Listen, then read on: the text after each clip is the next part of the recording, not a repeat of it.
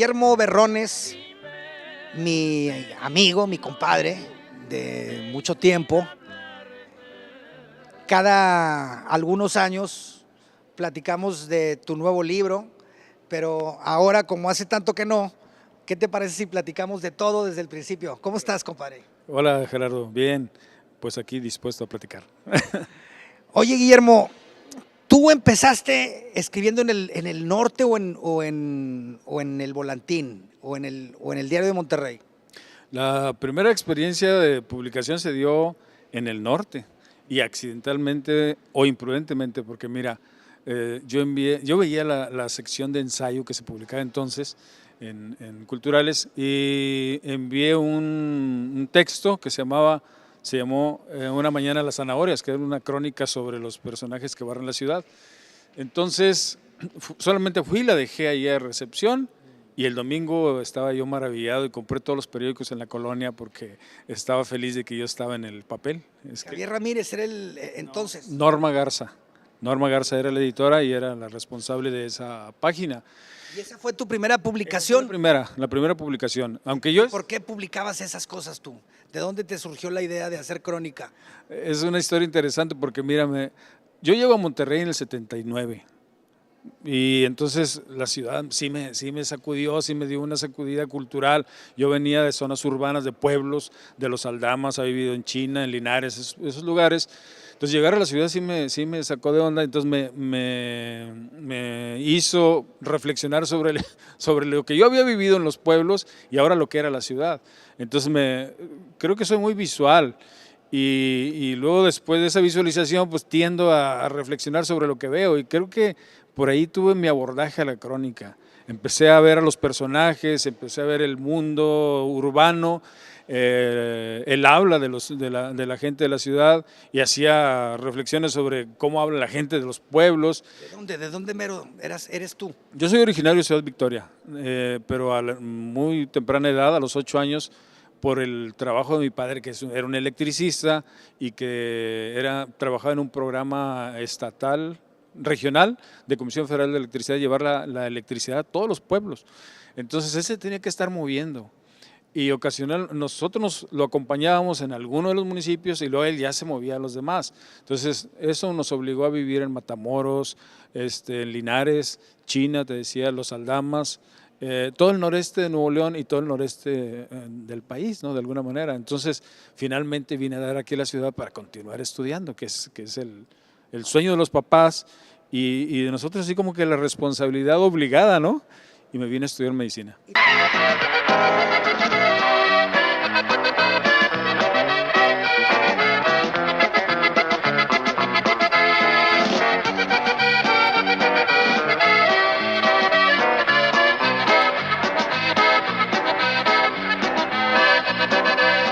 Ingratos ojos míos no me dejan en paz. Cada vez que te miro te quiero más y más.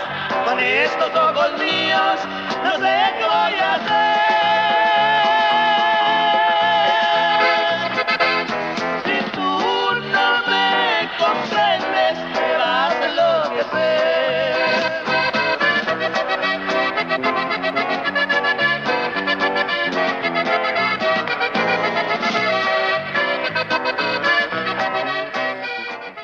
Yo no lo podría asegurar que la música regional norteña es maravillosa, fantástica, incomparable.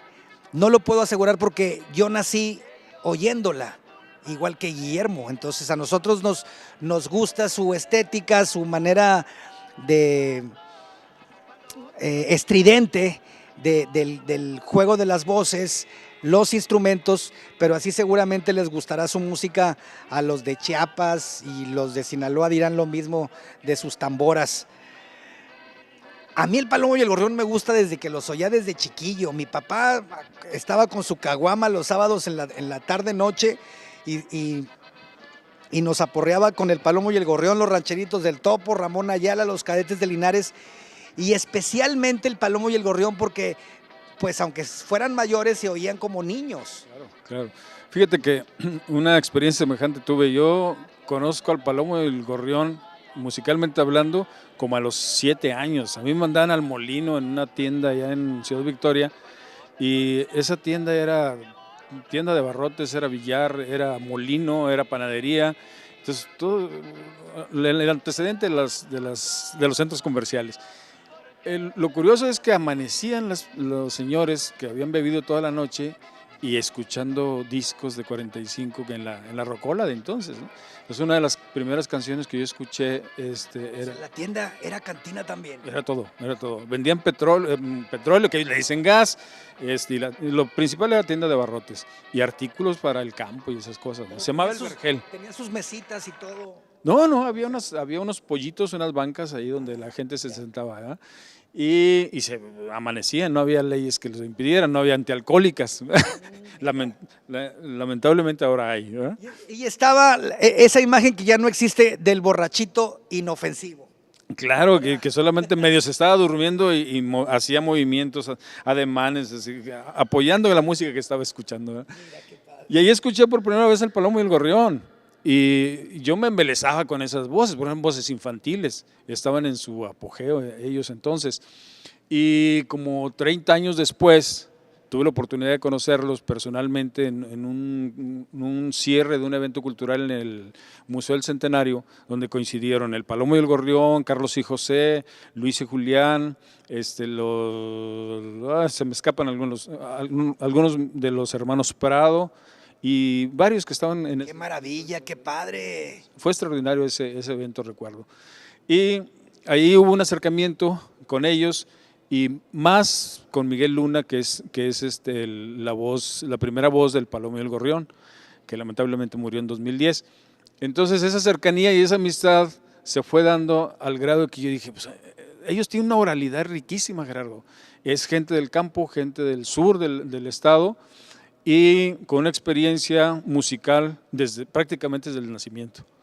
Entonces a mí me parecía eso maravilloso y los empecé a grabar. Bueno, a Miguel, empecé a grabar su historia, hice como 20 horas de grabación en audio y después decidí darle una voz narrativa, la de él nada más, eliminé al entrevistador, que eso no tiene nada que hacer ahí, ¿verdad? Entonces, de ahí surgió el libro que es precisamente Ingratos Ojos Míos, que es... Este libro que a mí me parece fantástico cuando lo leí, que salió, ¿en qué año más o menos? Esto salió en el 93. Es fantástico este libro, es genial, me gusta muchísimo cómo está escrito, porque además lo trabajaste de tal manera que se oye, brota la oralidad, como tú bien dices. O sea, no nada más la historia, el contenido, sino la forma de hablar de Miguel. Hay una riqueza lingüística y hay una riqueza de imágenes, de las experiencias infantiles que vivieron estos chavos, ¿no? Y cierto dramatismo también. Y además conocemos la vida del campo en nuestro estado, del sur principalmente, ¿no? Entonces, oye, y qué padre la idea tuya de poner la grabadora con unas cheves ahí, 20 horas, como cuántas veces. Fueron muchas ocasiones. Ahora debo decirte una cosa, Miguel Luna no tomaba. O sea, yo sí me echaba mi cerveza mientras lo escuchaba, ¿verdad? Y eso me emocionaba más. No eran tardeadas de café. O en ocasiones lo acompañaba al rancho y mientras íbamos en la camioneta, yo me encendía la grabadora y lo iba escuchando. Y él iba contándome, oye Miguel, ¿y cómo le hicieron cuando hicieron su primera grabación? ¿Y con qué mujeres conviviste? ¿Qué personajes? Y entonces él estaba muy relajado y abiertamente contaba con toda infinidad de anécdotas. Fíjate que es un trabajo extraordinario de periodismo lo que hiciste, Guillermo, de verdad, felicidades. Empírica. ¿Quién sabe si cuando se te ocurrió pensaste, con este libro pasaré a la historia y serán inolvidables y el Palomo y el Gorrión? Mi amor sobre por ti. Desde niño he sido muy también visual y auditivo, entonces yo escuchaba mucho las historias de los adultos y esas cosas, entonces como que me imaginaba el suceso, me imaginaba las historias que contaban. Entonces pasó igual con Miguel, fue un encuentro así naturalito que se dio. Y yo no pensé en función del libro, de hecho este libro lo iba a hacer otra persona, lo iban a escribir otras personas y pues yo tenía esas grabaciones también, o sea, mi proyecto no era el libro, era solamente grabar la voz de Miguel y luego después surgió, oye, ¿por qué no lo escribes? Entonces ya decidí darle forma y voz a Miguel mismo, a la oralidad que Miguel representa dentro del campesinado de nuestro estado, ¿no? Y creo que salió bonito, salió padre. Esta es Además, la segunda edición. Esta es la segunda edición, la primera salió en oficio, en oficio edición este lo hizo la UNI, universidad. y seguramente aún existen. Sí, debe. En la Casa del Libro, La Casa del Libro. qué bueno, qué bueno. El libro más vendido en 2015 en la universidad. Es que todos los libros los venden 2 o 3 nomás. Son regalados. Oye, no es cierto. Un saludo a Pepe Garza. Pepe y a Toño Ramos. Esa es la historia de uno de los grupos emblemáticos, sin duda, de la segunda mitad del siglo XX de Nuevo León para el mundo.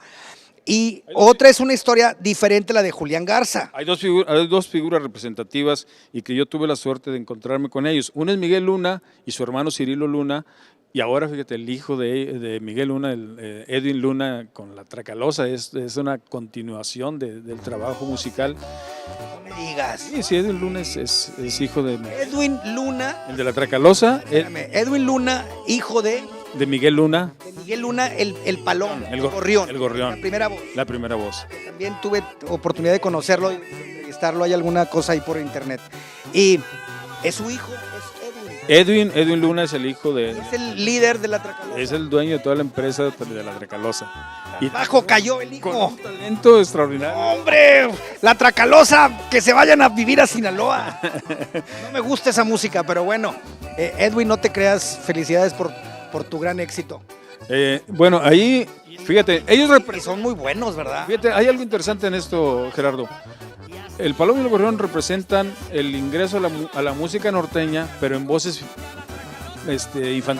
infantiles, como una etapa complicada y difícil para llegar a donde llegaron. La otra es Julián Garza, que él empieza en la música norteña ya muy grande, no vamos a decir viejo, ya de una edad muy adulta. Trailero. Era trailero, él trabajó como manejando un camión de gas butano, él trabajó en una empresa acá por Apodaca, paleando material y esas cosas, pero componía. Él tenía toda la vida el talento de escribir poemas y canciones que las hacía para sus amigos, sus compañeros de trabajo y esas cosas. Y entonces alguien le dijo, oye, ¿por qué no se las das a alguien que te las cante? Y entonces Pistoleros Famosos es el primer exitazo y con él abrió todo su camino en el mundo de la música. Y después de que Carlos y José y que los Pistoleros Famosos es la primera grabación de la composición de Julián. Ellos no la grabaron en su origen. Él se dio la canción a Carlos y José y a los Cadetes, y ellos son los primeros que interpretan las canciones de Julián. Ay, se me pone chinita la piel. O sea, Julián le da su canción, que es un exitazo, que hasta película se hizo, a los dos exponentes más grandes. Carlos y José y a los Cadetes. Y eran los exponentes más grandes, me consta, porque mi papá borracho era los que oía. Entonces mi papá oía al top 10. Y bueno, hay que considerar también algo muy importante. Estos grupos como que tienen un origen geográfico también coincidente, son de los Ramones. Entre los Ramones, China, Terán, está esa especie de semillero de los músicos de este género musical. Linares, por supuesto. Y entonces Julián, él dijo, bueno, yo quiero grabar un disco, quiero saber qué se siente. Y entonces graban un disco, Las Tres Tumbas, y ese primer disco, él estaba emocionado y su hermano dijo, bueno, pues ya hicimos el disco. Estás loco, vamos. Invita a su hermano. Porque su hermano Luis hacía una segunda extraordinaria. Y entonces deciden ahí. Es lo que no le creía yo a Julián cuando lo entrevisté, en paz descanse también, y que no te creo tampoco a ti, que de pura casualidad el viejo trailero se junte con su hermano y salga ese juego de voces tan exquisito, tan original, dificilísimo de encontrar, muy original, muy raro, como cantan Luis y Julián. Yo creo que ahí está el éxito de ellos, porque ellos rompen con los paradigmas musicales de la época y de la historia de la música hasta entonces. Entonces son voces distintas, es más, son voces feas. Sí, sí, La verdad son voces feas, pero son un estilo que no existía. Entonces vienen e imponen un estilo y gustan. Y luego además la personalidad de Julián, que es muy particular. Yo creo que Julián siempre se sintió el Fernando Soler del norte, ¿no? Y Parece un chorro a Fernando Soler. él jugaba ese papel de la oveja negra, ¿no? Sí. Entonces, por ahí fue, y su producción ya la hicieron para ellos, empezaron a grabar como Luis y Julián. Primero eran Julián y Luis, después Luis y Julián, y luego ya con el paso del tiempo, bueno, llega el cansancio y esas cosas, y deciden irse cada quien por su lado, y él se autonombra el Viejo Paulino a raíz de uno de los corridos que compone, que es justamente el Viejo Paulino. Y ya la gente lo identifica, los niños. Tú y yo estuvimos una vez en el Show Rosas, donde como 100 niños ahí se subieron a cantar esa canción y a ellos Con maldiciones. maldiciones y todo, ¿no? Y, bueno, esa es otra cosa importante, fíjate, hay una anécdota interesante. Yo llego a la casa de Julián y me dice, oye Guillermo, yo he escuchado que el Plastilina Mosh y que esos grupos y que no sé, dice, oye, ¿por qué dicen maldiciones? Y se tiene que tener un respeto por el público, por el lenguaje. Dice, entonces yo viendo que está sucediendo eso, acabo de escribir un corrido y te lo voy a mostrar. Y me mostró la hoja en manuscrita, ¿no? Le digo, oye, este corrido está muy bonito. Además, las maldiciones que tú dices aquí no son inofensivas prácticamente, ¿no? Y ¿O qué verso? venía bajando del cerro en su cuaco cimarrón. Se me olvidó. Ahorita lo encontramos. Huyendo de aquel teniente al mando de un pelotón. Lo que no sabían los guachos es que el viejo era cabrón. O sea, esas palabras ya ahorita las muchachas dicen peores en la actualidad. Entonces graba ese corrido y se convierte en todo un éxito. Y tiene un resurgimiento. Pero además, otra cosa, él impone el uso de este lenguaje en la corridística y en las canciones de la música norteña, que la música norteña había sido muy cuidadoso de eso. Pero luego se van al otro extremo otros grupos. Entonces, muchas de esas canciones ya no funcionaron en su momento, pero molestaban de todas maneras. Entonces, no todos los corridos y no todas las maldiciones son aceptadas. ¿Ya? Entonces, ese fenómeno lo inicia Julián Garza dentro de la corridística. Camino, se metió 2 peritazos, también un trago de vino. En aquel evento que te digo del centenario, nos hicimos amigos, pero yo tenía más cercanía con Miguel. ¿Y este libro qué contiene? Bueno, a raíz de que en una plática que tuvimos Julián y yo, él no sabía dónde estaban todas sus canciones. Decía que tenía un montón de composiciones, pero unas las tenía, otras nunca tenía un archivo. Bueno, él se dedicaba a cantar y a componer, ¿no? Y a tomar cerveza. Tomar cerveza.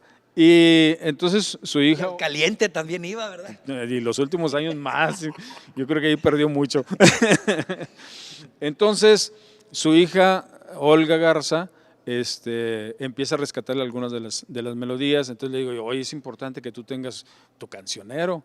Y entonces yo empecé a buscar los discos de las primeras grabaciones. Hay uno aquí en el libro que está incompleto porque así está la versión en el disco que yo conseguí. Y él no se acordó del resto de la letra. ¿Tú tuviste que ponerte a oír los discos? Sí, yo escuché todos transcribir las canciones. Yo escuché los discos y hacía las transcripciones. ¿Cuántos discos? Yo creo que escuché como unos... Aquí hay 174 composiciones hasta el año que se hizo en 2006. Después hizo más. Entonces yo estuve escuchando discos, CDs y todo lo que se había producido. No hay entrevista a Julián aquí. Aquí no hay, aquí solamente es el cancionero y hay el libro tiene un apartado de primeros versos para que se le facilite al lector, pero también tiene un apartado, una especie de glosario del lenguaje que utiliza Julián, un poco para contextualizar, para que el libro sea conocido más ampliamente, ¿no? Porque hay algunos regionalismos que solamente se ubican en esta geografía, ¿no? Fíjate. Entonces hice un poco... Vamos a una pausita. Claro. Felicidades también por que se llama Julián Garza, el Viejo Paulino, Poética Popular también edición de la UNI, el Fondo Editorial, perdón. El Fondo Editorial de Nuevo León. Carolina Farías Sí, se te va a va, enojar, te va a no, quitar no. de su testamento. Ya no me voy a volver a publicar. Pues es que todos venimos del rancho, ¿verdad? De alguna manera sí. De manera literal y de manera específica, todos tenemos nuestros papás o nuestros abuelos en la parte rural. Se dedicaban a ser campesinos o a trabajar para. José Alfredo Jiménez tiene una frase muy bonita en una de sus canciones que dice: las distancias separan las ciudades destruyen las costumbres. Nosotros somos de esa primera generación o esa segunda generación que todavía tiene ese vínculo con el pueblo, con el rancho, con las comunidades rurales. Pero ya la tercera generación ya no sabe. Yo doy clases en una preparatoria y muchos de mis alumnos no saben quién es Piporro, por ejemplo. Y el día que escucho a alguien que sabe de un personaje de esta naturaleza, me sorprendo y entro a platicar con él. A ver, ¿cómo los conoces? Y casi siempre es: mi papá escucha estas canciones, mi papá. Entonces está latente ahí ese... Sí, pero la cultura está viva, tienes muchísima razón. Los cambios se dan para bien o para mal y son inevitables. Definitivamente. Y bueno, fíjate, esa suerte que tuve de encontrarme con la música y algo que me gusta además, fue interesante porque descubrí que este género musical es poco apreciado, o bueno, al menos era poco apreciado hace unos años por la academia. Las instituciones universitarias así como que lo veían de, bueno, es cultura que está ahí, pero no es arte y cosas. Medio pelo. Sí, esas cosas que los académicos dicen. Sin embargo, fíjate, es curioso, en Estados Unidos hay estudios especializados sobre nuestra música. La Universidad de California en Los Ángeles, por ejemplo, tiene todo el acervo de las canciones de Los Alegres de Terán. De un alemán, Chris Strakowitz, que se encontró y buscó todos los discos de Los Alegres.